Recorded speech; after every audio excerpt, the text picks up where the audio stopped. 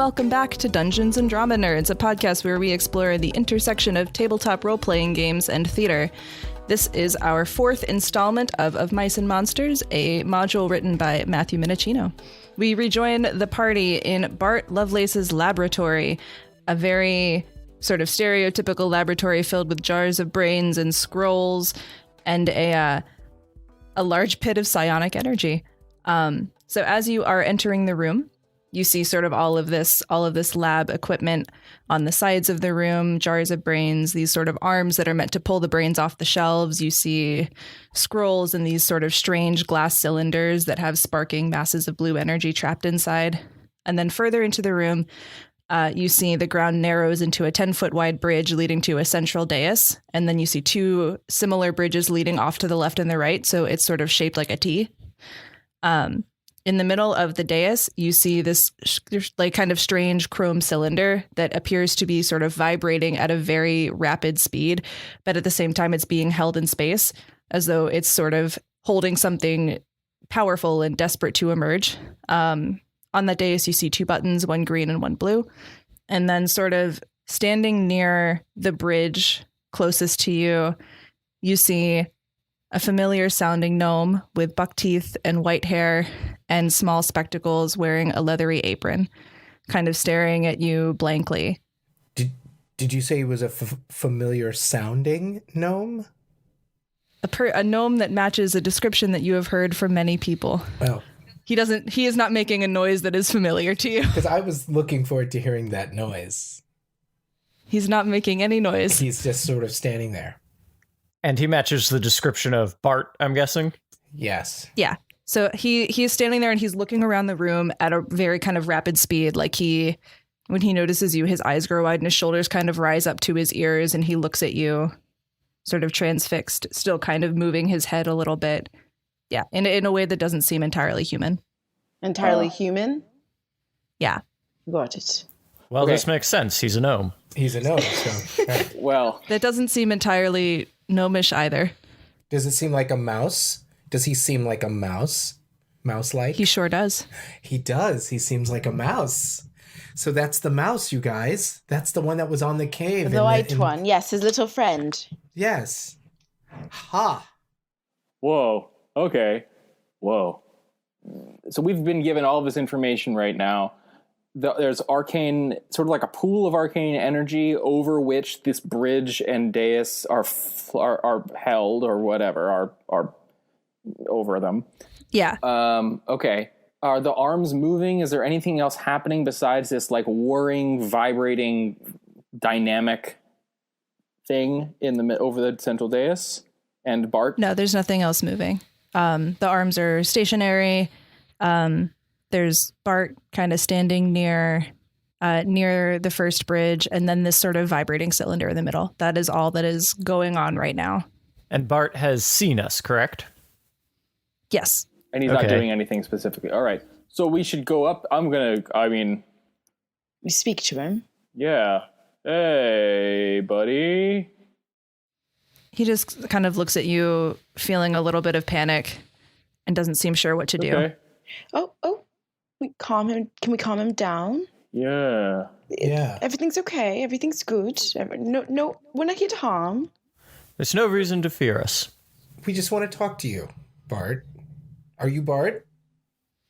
He doesn't seem to. He starts squeaking, but you aren't able to sort of figure out what he's trying to say. All right, hold on a second. So okay. All right. I'm smart enough to figure this out. So this guy likes animals, has an animal pet. We've been seeing this mouse the whole time, wants to make a whole bunch of other animals smart as well. And now he's here acting like a mouse when we had a mouse that was showing us around. And that mouse we couldn't speak to like it was an animal. Because it wasn't an animal, it was Bart. Eh? I might be an idiot. Wait. So I would say that you're not an idiot, though you are dumb. That's nice. Yeah. Name calling. Is it necessary? I didn't call him a name. I described him, Oh, Zola. excuse me. I wasn't As offended. dumb. Should I have been offended? No, dummy. See, now that's name calling. Oh, See, that's name calling. Well, I kind of see them as the same thing. Maybe I'm a little sensitive. Well, okay. I didn't mean to hurt you. I didn't mean to hurt you either, Chadrick. I just sort of wanted to honor your statement about being an idiot and say that you're not an idiot, but you are kind of dumb. Sure. That said... Oh, right. We saw him as a mouse, and he could not speak to us because he was Bart. Yeah. But now that we're seeing him as Bart and he still can't speak to us, are we to believe that could this possibly not be Bart, but could it be the mouse? Yeah. The Changed mouse into Bart? The brain. Yes. This makes sense to me. It's just his essence. Yeah. I think so.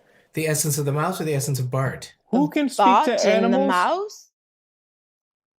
I can. Can you speak to Bart for us, Zola? We can try it again, I think, right? I mean, I feel like it might work. Oh, and you see Chadrick just sort of like think hard, and it looks like it hurts.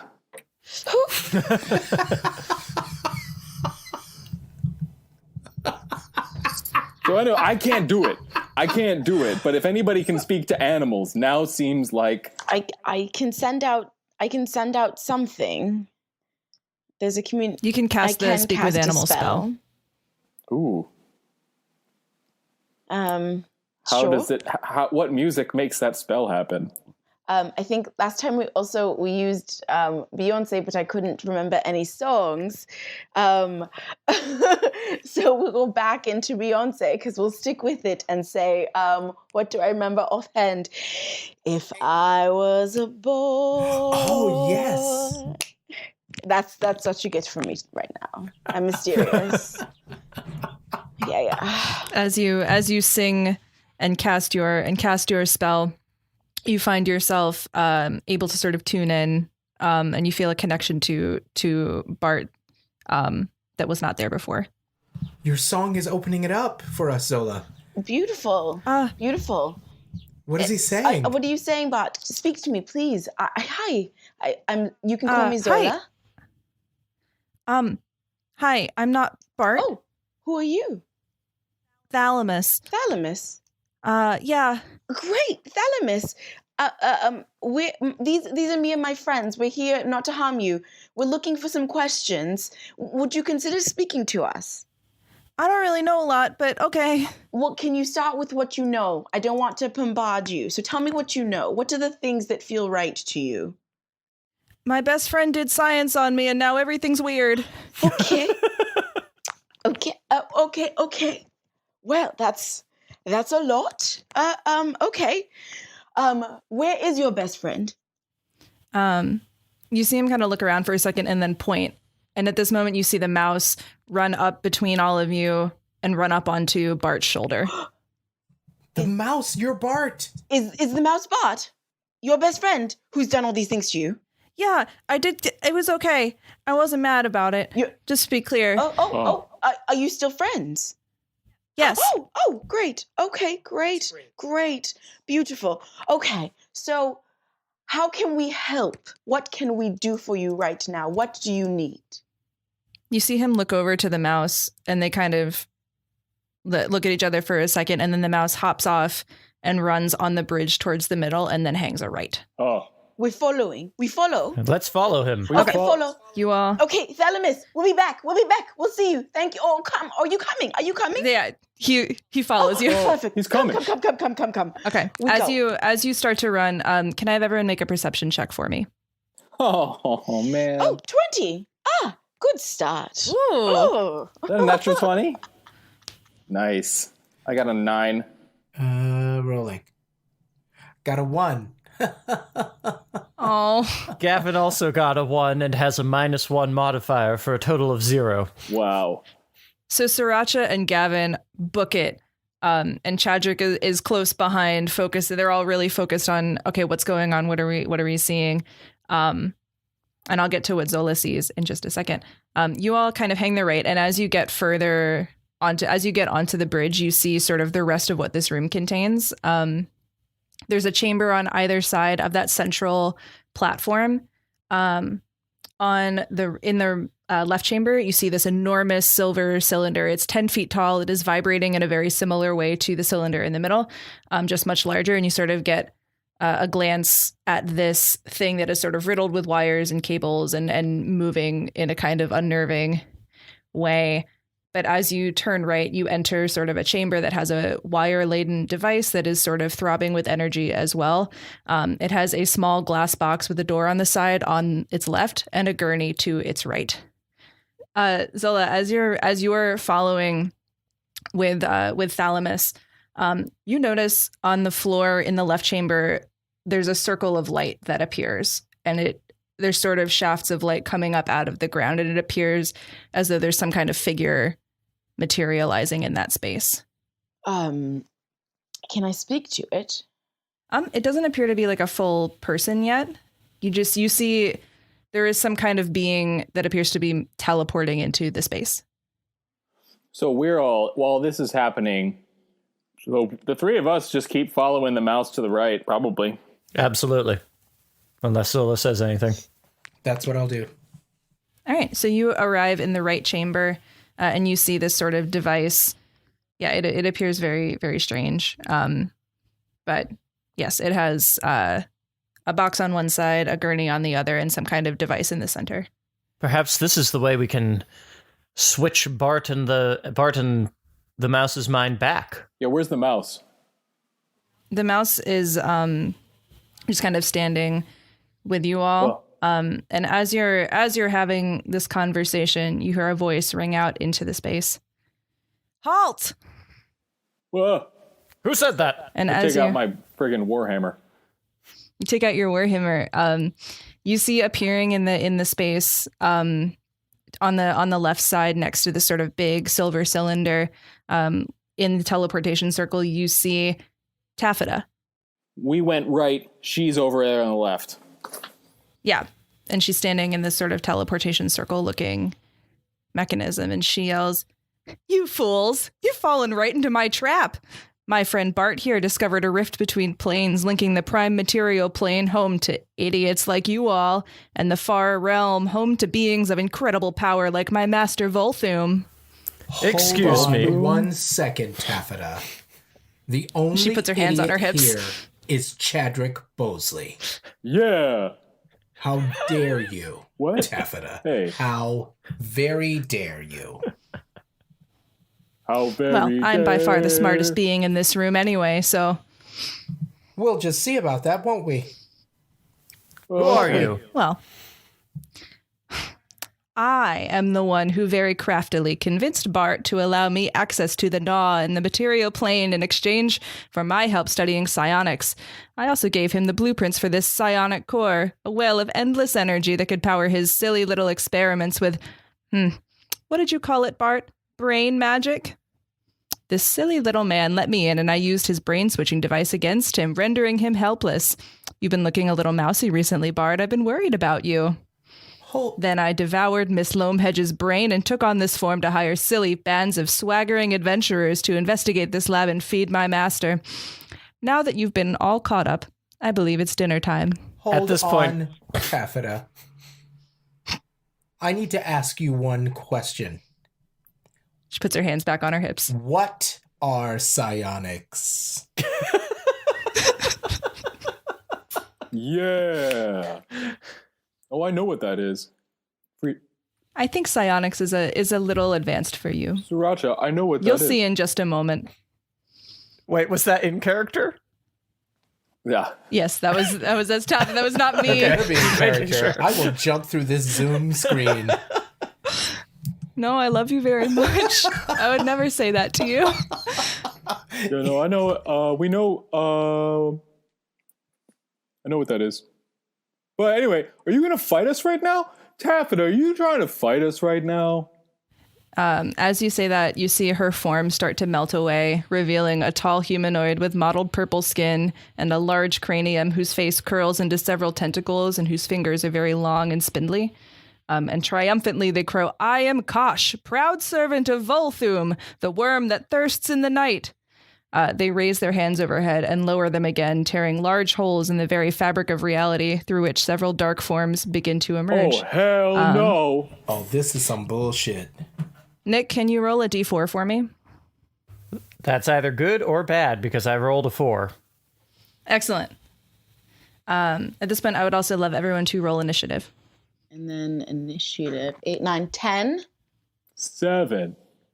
I rolled an 18. A natural 20 for 23 for Gavin. Gavin the Nicely Glorious. done. Yay. Oh, it's good the fighters are going first. So as they sort of lift their arms up and tear holes in the very fabric of reality, you see 3 creatures sort of crawl out of those rifts. You see 3 sort of weird, kind of amorphous blobs that are just covered in mouths and eyes. And they land on the bridge and start to crawl towards you all. Oh, God.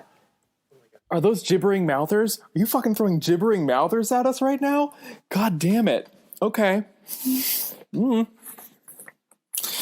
That's not in character. That's just me going like, fuck. I know what that is, and that's bad. So just to reestablish where we all are, I think Zola, are you standing in the right chamber with everybody else? I thought I was to the left with the circle of light. So you're standing near the teleportation. So you're standing like up in with everybody else. Okay. And then everybody else is in the other chamber with the brain device, including Bart and the mouse. How far would you, just roughly, what's the distance? Each bridge is 10 feet, and then the center platform is another 10 feet. So you are about 30 feet away from them. Zola, you are about 5 feet away from them. Thank you for leading the charge. Thank you. Stay alive. Awesome. It is Gavin's turn. So about 30 feet away from them, and there's 3 of the mouth things, and also the mind flare. Oh boy. Gavin will draw his rapier and say, "You may have bitten off more than you can chew with this trap." I forgot her name. What's her actual name? Taffeta? No, something else. Mind flare name. Oh, Kosh. Kosh. You may have bitten off more than you can chew in this particular trap, Kosh. And Gavin will make an arcane gesture and send a firebolt at the nearest gibbering mouther. That is a 22 to hit. Nice. Dealing 3 points of fire damage, which is sad. And then Gavin will stride forward 20 feet, drawing his rapier, and stand ready to do combat. That is glorious, Gavin. Thank you. I try. I'd like to compliment you on that. It is Sriracha's turn. Wow. So on your imagine turn, my surprise to find that there are actually turns in this game. Okay. Hi. I'm gonna pull my greatsword because it's great, and also it's a great sword. And I am going to step forward to try to save Gavin and Zola. I'm going to go towards the mouth gibbering thing. Do I need to roll anything? Yeah, do you want to make a roll an attack? Hell yeah, I want to roll an attack. Amazing. So roll your 20. Okay. Can I roll it again? Because I rolled pretty low. You cannot. I just want to know if that's okay. Because I will. Tell me what so add the number next to your greatsword, whatever the modifier is next to it. Thank you so much. It's a 10 total. 10 total hits. That is, yeah, I rolled a 5 and I have a +5. You did great. You hit it. So I'm going to hit it 10 times? Can I hit it and quit it like I'm so good at doing? You can roll 2 of your D6s and add those together and then add 5 to it. And that is the damage that you do. D6. So that's a 6-sided die. Yes. So I'm going to roll that twice. 2 plus 5, 7. 7 plus another 5, you do 12 damage. And are you attacking the same one that Gavin attacked? Yeah. Well, how do we know how Gavin did? Do we know how Gavin did when he attacked that one? You saw a little mote of fire hit the creature, and it kind of winced, but didn't appear to. Oh yeah, I'm attacking that same one because nobody messes with Gavin. He's glorious. You strike a mighty blow against the gibbering mouther. Yeah, take that, you gibbering mouther. It is Zola's turn. Chadrick is on deck. So I'd like to use my cloud of daggers, if possible, please. It is possible. Wonderful. Where do you want to put it? Can I try the 2 that are left? I don't know. Okay, so you can pick a 5-foot space, and in that space, where whatever is standing in that space, they take damage. So you can sort of just pick a space. 5 feet? How do I know where they are to me? Do I go closer? Can I go in? Can I go into 5 feet? Do I like where? I would not recommend standing in your cloud of daggers. You can put it anywhere within 60 feet that you can see. It is a cube 5 feet on each side. So I can place the cube. Yeah, you can put it wherever you want. So you could put it in the space of where someone's standing. Can I put it in the space of where 1 or 2 of these creatures are? What are they called? Gibbering mouthers. Gibbering mouthers. Wow. That area. You can put there, it there. Yeah, awesome. So you conjure a cloud of daggers, and it is on. Do you want to put it on the one that's already damaged, or one of the other 2?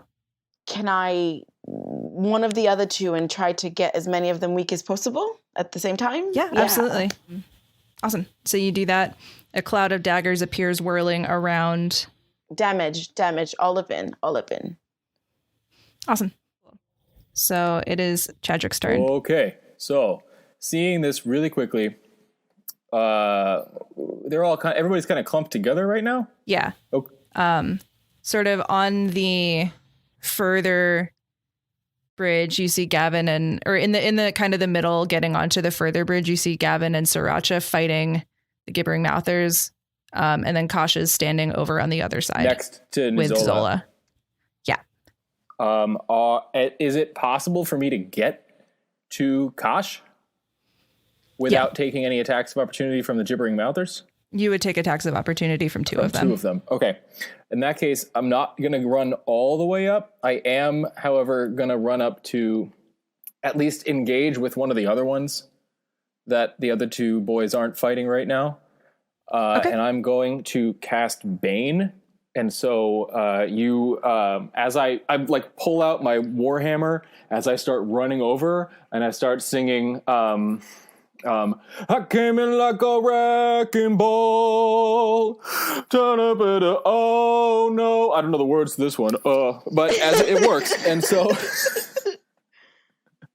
so up to 3 creatures of my choice must make a charisma saving throw. Oh my gosh.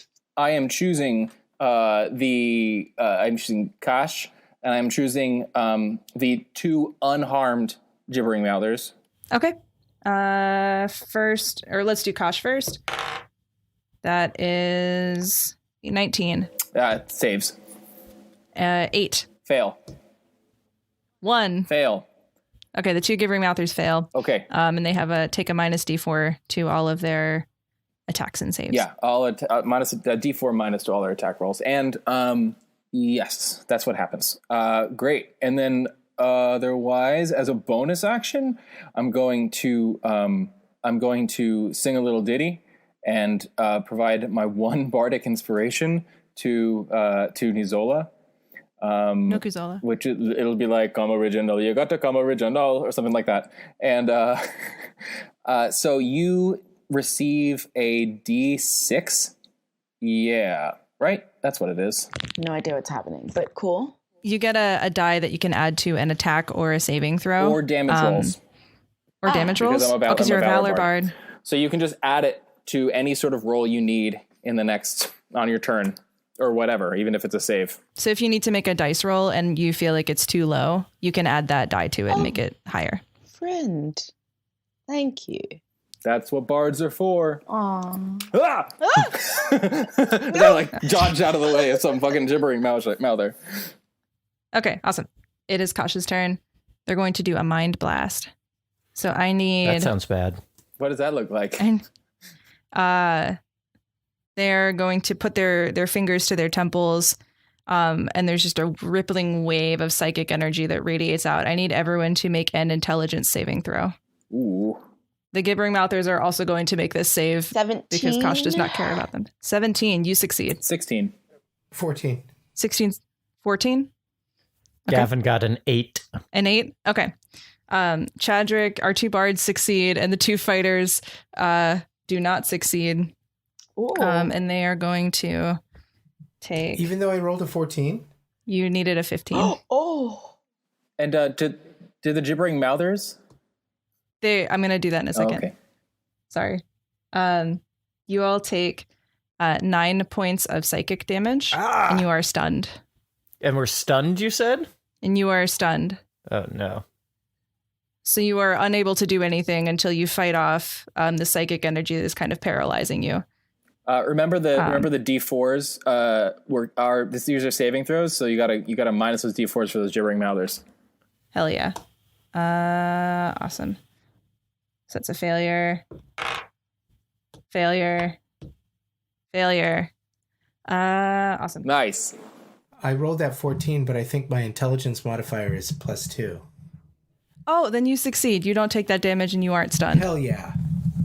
Awesome. Just Thank you stupid Gavin. Thank you for checking on that. Now, Poor Gavin. And that right there is Kevin R. Free understanding Dungeons and Dragons. Is it though? Is it? We've seen it That's it. live. That's the whole game. There are some behind the scenes things that you don't know about.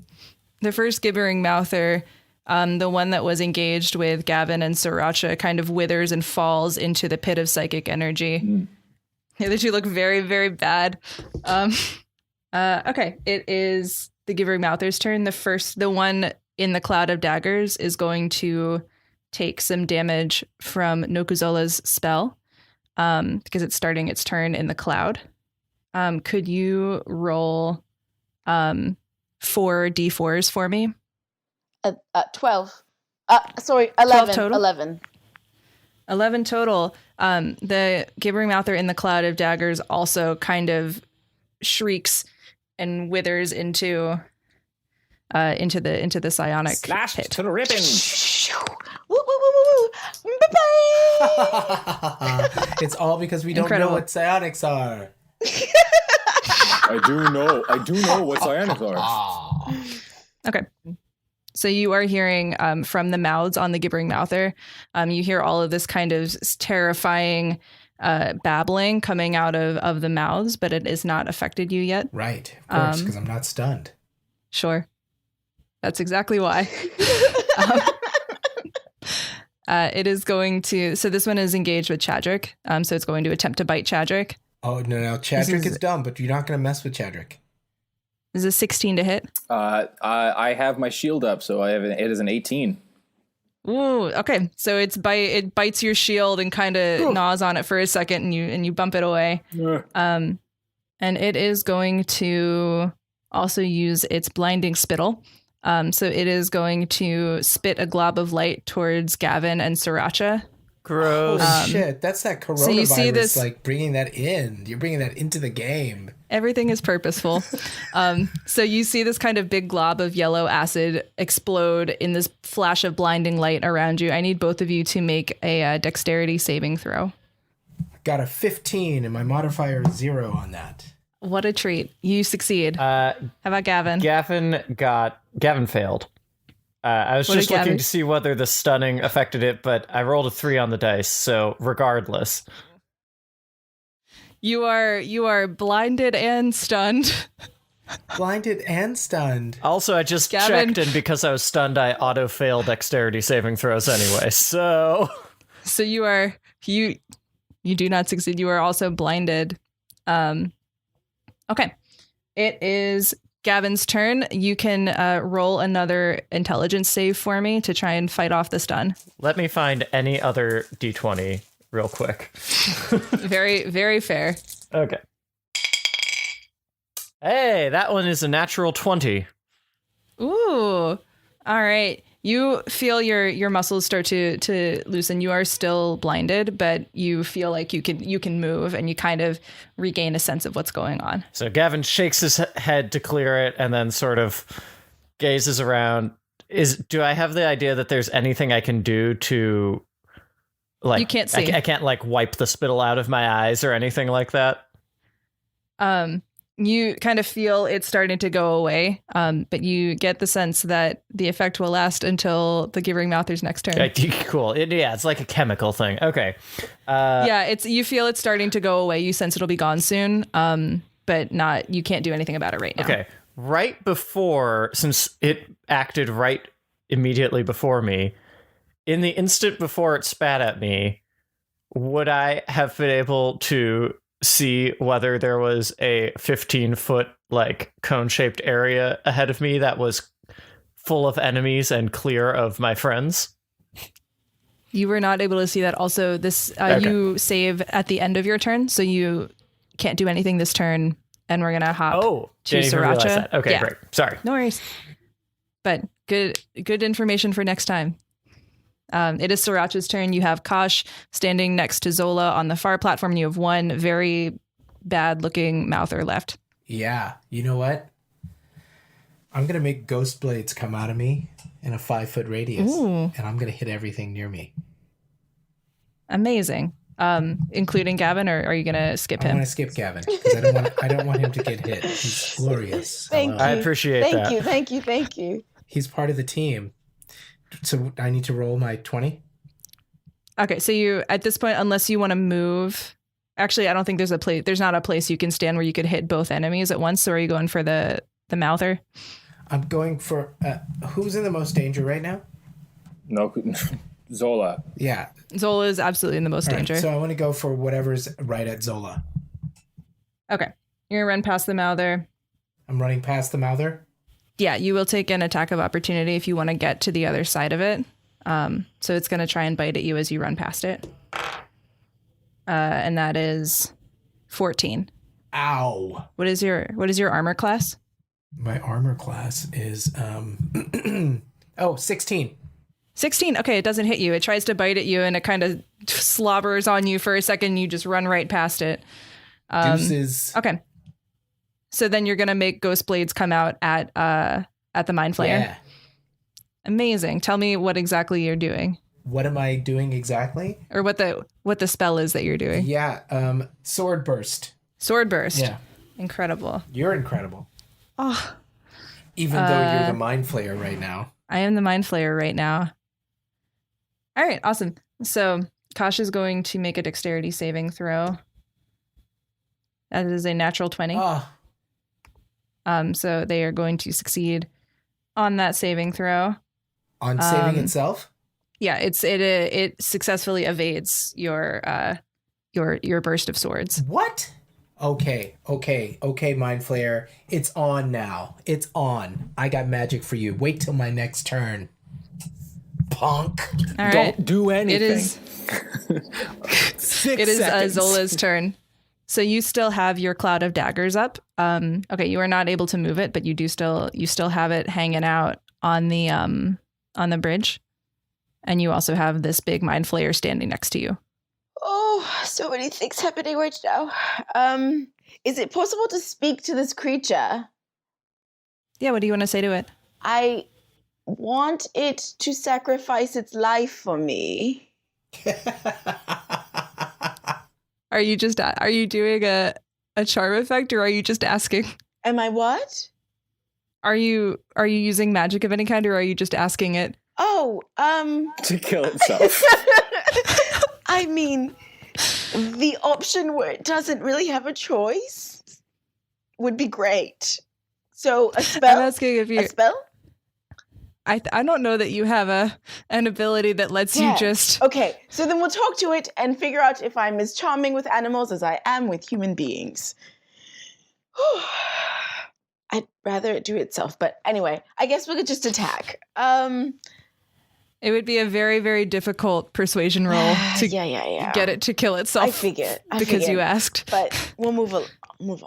It's going to be always fine. worth a shot, though, I right? figured I'd try, Nope, you know. that's not true. Definitely not true. No Not blood always. on my hands. No blood on my hands. I'm a performer, not a murderer. Well, So I'm trying. So, okay. You have your daggers and you have your cat claws that you could use to attack That's it. right. Tabaxi. So can we just hand-on-hand combat? Yeah, you want to slash at it with your claws? Super. Amazing. Go ahead and roll a 20 and add 1 to it. 21. You rolled a natural 20. Oh my goodness. Yeah. All right, so you rolled a critical hit. Because your strength is not very high, you do have a minus to your damage, but you're going to roll a d4 and double that number and then subtract 1 from it. D4. A 4. ooh. So 8. When you roll a critical hit, you do extra damage because it was you hit it so well that So 4 doubled is 8 minus 1 for strength is a 7. So you do 7 damage, which is very, very good for cat claws. You sink them into their rubbery skin, and they cry out. Oh, cry. Ah, yay. Yeah, yes. Not in they don't start crying. That would be silly. It is Chadrick's turn. All right, cool. Well, the first thing I'm going to do is whack this gibbering mouther. I'm going to just take a big swing at it with my warhammer. Whack it. Yeah, that probably hits. 21. Yep. Okay, because I'm gonna do it two-handed. So I'm taking so my shield goes down. It's not as I'm not as protected anymore. But let's see. I rolled a 5 plus my strength modifier, so 8 points of bludgeoning damage. It looks so hurt. Oh, great. And let's see. I don't know if I have any bonus actions. I don't think I do. That's it. That's all I'm going to do. It's all I can do right now. Okay. You do that. It is Kasha's turn. They're going to see if they get their cone back, and they sure do. They're going to raise their fingers to their temples again, and put out another big wave of energy. I need everyone to make another intelligence saving throw. This time Gavin succeeds with a 17, I assume. Amazing. I'm assuming it's the same Yes. DC. Yes, that is a success. And my intelligence should be modified by 2. Yes. I got a 20. Amazing. I got 4. 4 to... Oh, yeah, no. Yeah. Oh, geez. It's below 14 for sure. 10. 10. Okay. This time the 2 bards are affected. You each take 17 points of psychic damage, and you are stunned. Oh. 17? They rolled very well. Okay. So that is Hurting. where you're at. The gibbering mouther is going to bite at Chadrick, and it's going to roll with advantage With advantage? because you're stunned. Okay, minus that 4. Minus the 4. So that is a 10 plus 2 minus 1, 11. 11 misses. Okay, so it does not bite you, and it does not get its spittle back. That's good. So it continues to just kind of writhe on the bridge and menace you. It is Gavin's turn. Gavin, you are no longer blind. So Gavin, Can you see me? I see you, Sriracha. I'm on my way. And Come help us. so there's a gibbering mouther left. How far am I from that thing? About 10, 15 feet away from it. Great. So Gavin will rush up to the gibbering mouther and attempt to stab it with his rapier. Go for it. Oh, that's not good at all. That's a 12. That hits. Oh, Yes. great. Yes! Then that's 6 points of piercing damage. This gibbering mouther was on its very last legs, and you see it kind of wither and fall into the pit. Great. Can I ask, how far am I now from Kosh? I would say with the rest of your movement, you could get in melee with Kosh. Awesome. I'm going to not quite get in melee, but I will take the rest of my movement to get just out of melee, and then I am going to use my action surge. Ooh. To rush up to Kosh and say, "Your doom is at hand, villain!" But also cast poison spray on them. So I need a Kosh to make a Constitution saving throw, please. What is happening? It's very exciting to listen to. I had no idea. That is a 3. So many words. 3. Then Kosh takes 7 points of poison damage as Gavin makes an arcane gesture and sends a puff of noxious gas at them. They inhale it and they go, "Oh!" and clearly are unhappy and in pain. Good, that's how I want them. Amazing. It is Sriracha's turn. Well, the first thing Sriracha says is, "Who farted?"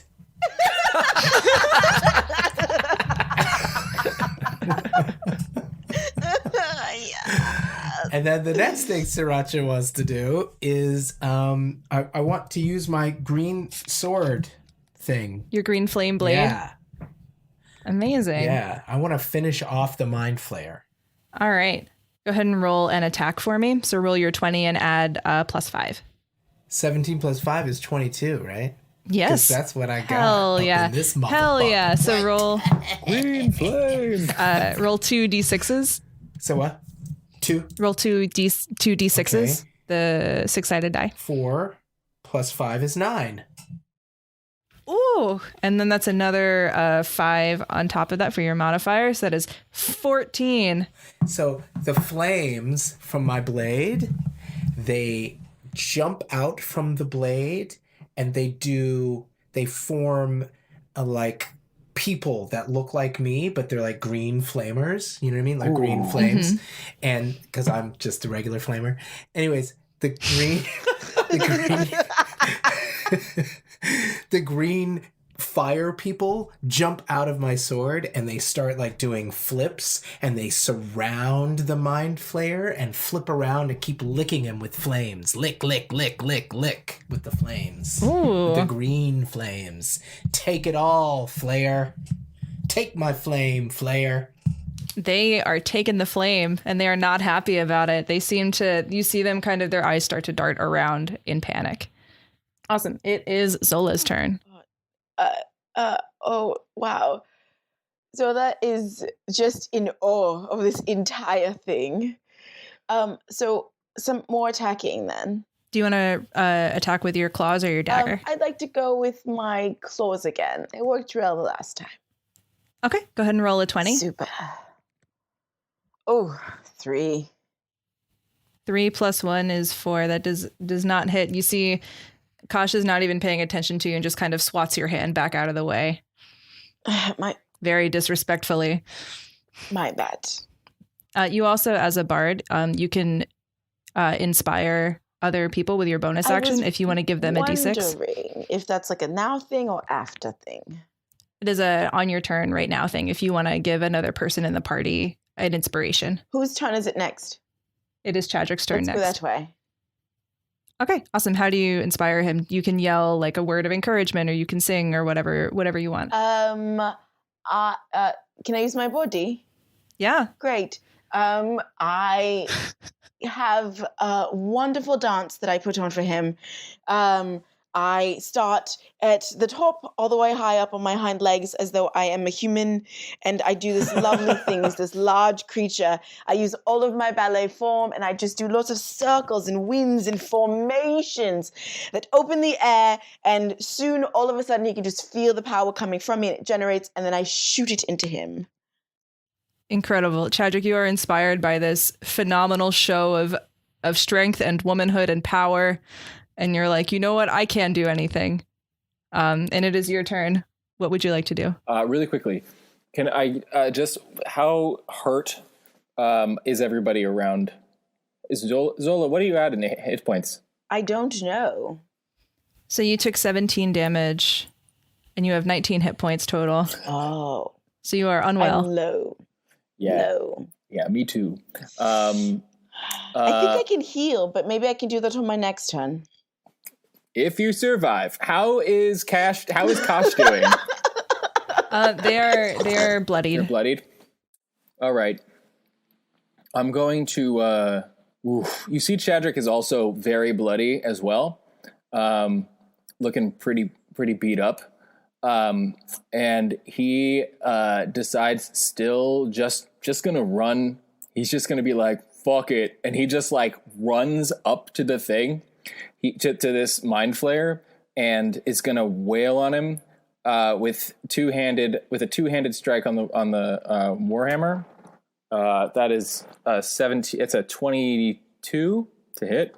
22 hits. Great. God damn. That is another 8 points of bludgeoning damage.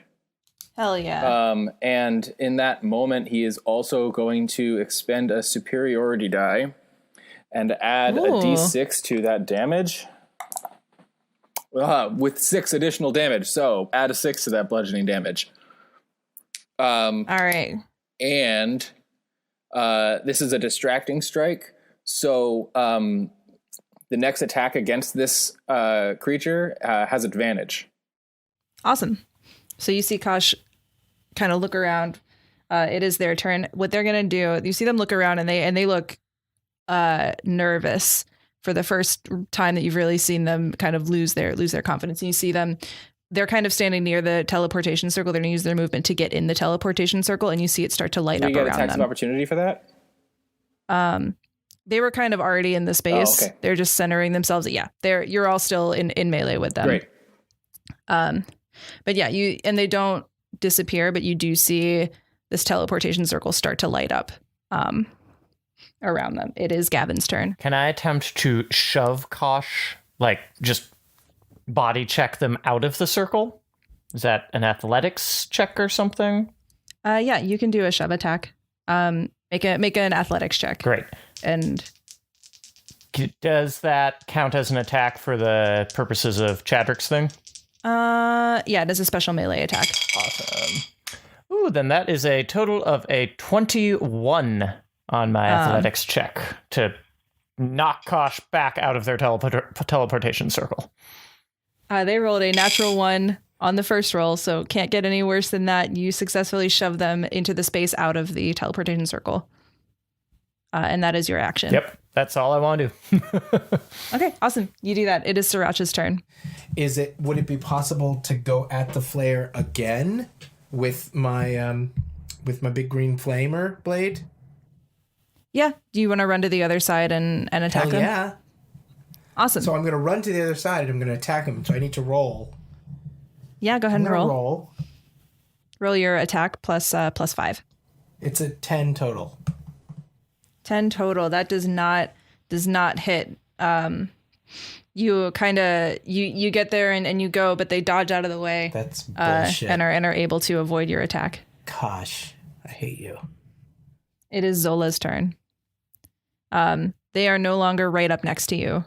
I cannot use my 5-foot dagger thing because they are not. You have enough movement to run up to attack them if you want. Yeah, can we? Yeah, you can. Yeah, I roll.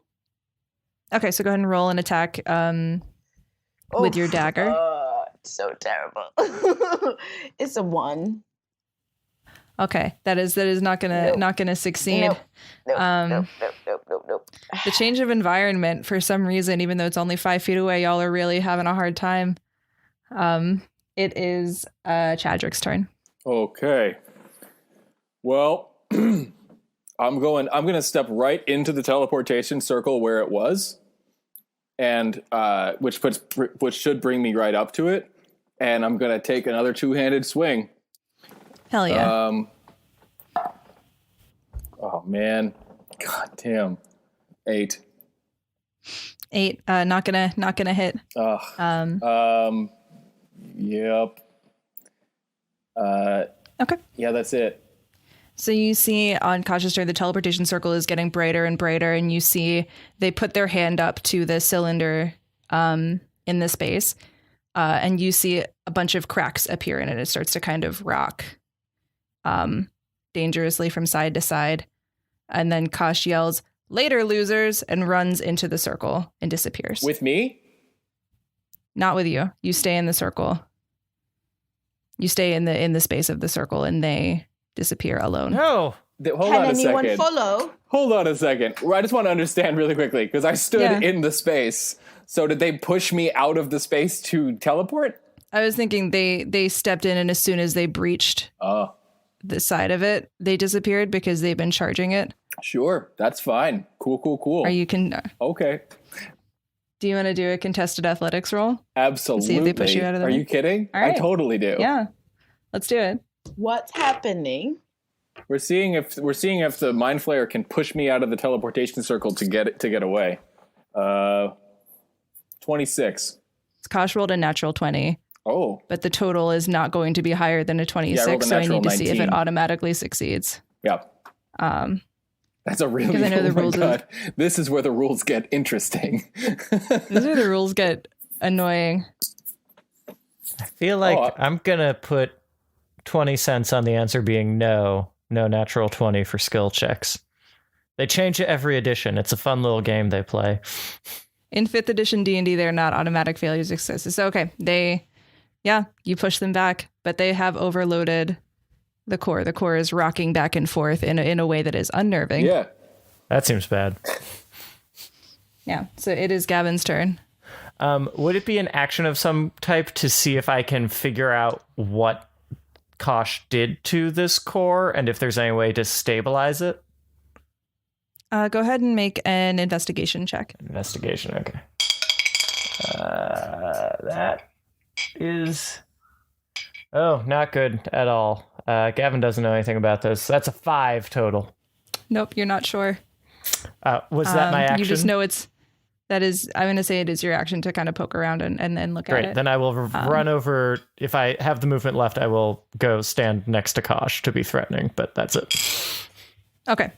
Point of order also, Bart and the mouse are just kind of chilling over on the other side, not wanting necessarily to engage with this. They are still there, just to say out loud. Good to know. It is Sriracha's turn. Thank you for reminding us that those two deadbeats are standing right there. I was going to say that the mouse continues to be unhelpful. Yeah, I mean, It's a mouse! The mouse is unhelpful. I mean, can we ask them if they know what to do? Is there a special thing? I want to ask Bart if there's a way that I can get the Mind Flayer on our side. You are not able to communicate with... Can I ask Nokuzola to do it? She does not have the spell up anymore. Oh. But I would say you look over and you see the mouse runs into the little glass box and is kind of looking at you panicked. Oh, shite. Okay, so the mouse is in the glass box, panicked. Tell me again where the glass box is. It's behind. It's So on the other side of the room, across the two bridges, there is this kind of device, and then on one side is the glass box. On the other side is a gurney. Both are hooked up to the device. Oh, I see. Okay, so the gurney is hooked up to the device where the box is, and the mouse wants to come back to us. The mouse is Bart. So somebody has to get on the gurney and connect themselves to the box so that Bart can come back. Maybe we can get the mouse in Bart's body to do it. So one of us isn't stuck in the body of a mouse. Right, exactly. So the mouse is in the box, and so now we have to get the Bart shell back on the gurney. So what I'm going to do is go over to Bart and pick him up and throw him in the gurney. Okay, go ahead and make a strength check for me. Strength check. I mean, he's a gnome. He's little. I didn't say it was a hard strength check. Okay. 14. 14, including your modifier? No, my modifier is 3, so 17. All right. Yeah, you pick him up and you toss him into the gurney. Get in that gurney. I will say that's your action.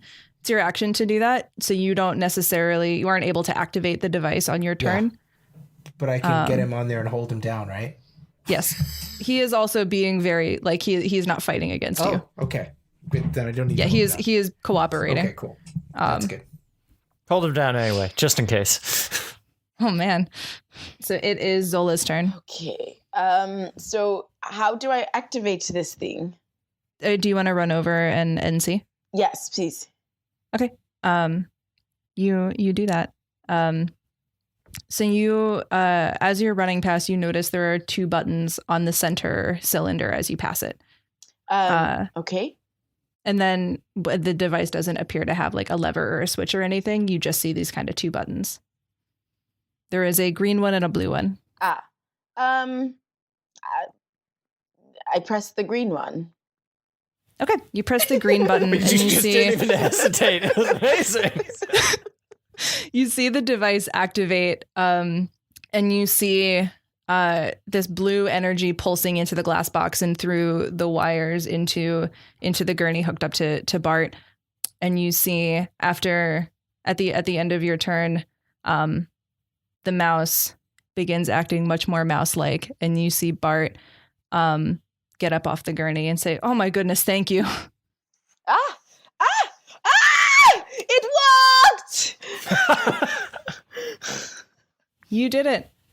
And he's kind of looking around and assessing the situation. It is Chadrick's turn. I'm staring down the face of this mind flayer who looks all beat up. I think just like pushed like them back from me, right? I hear that thing going on, and I just sort of say, I'm sure there's something clever I could be saying right now. And I wail on it with my warhammer. All right, go for it. It is a 14. 14 does not hit. Oh, wait. And I'm going to use my bardic inspiration from Hell Zola. yeah. It's an 18. That hits. Nice. Okay. Double-handed, because here we are, and I'm friggin' going to die if I don't kill this thing. 6 points of bludgeoning damage. Awesome. Oh. On their turn, they're going to try again to push you out of the circle. Okay. Contested? Yeah. 12. Natural 20. Oh, twice? Twice. There is something not right about this. Why is the villain winning so much? Dice. It is the power of the dice. Oh. So Kosh, reeling from your attack, shoves you out of the circle and gets into it and disappears, and the circle goes dim. The psionic core is still kind of rocking back and forth, and you all see Bart kind of trying to get up to speed with what's going on, and also his brain has just been returned to his body, and he is trying to deal with that, and he just yells, "What's happening?" Bart, whatever this machine is that you've created seems to be unstable. Can you help us make it stop being unstable somehow? Yeah. And he runs, he toddles across, and you see him start drawing sigils in the air. And you see him start to form kind of a big bubble around the core. And eventually it stabilizes. And after he finishes, he kind of sits down and he's like, "Oh, okay. All right. That's fine. What's going on? Thank you for doing that." You have some serious explaining to do, sir.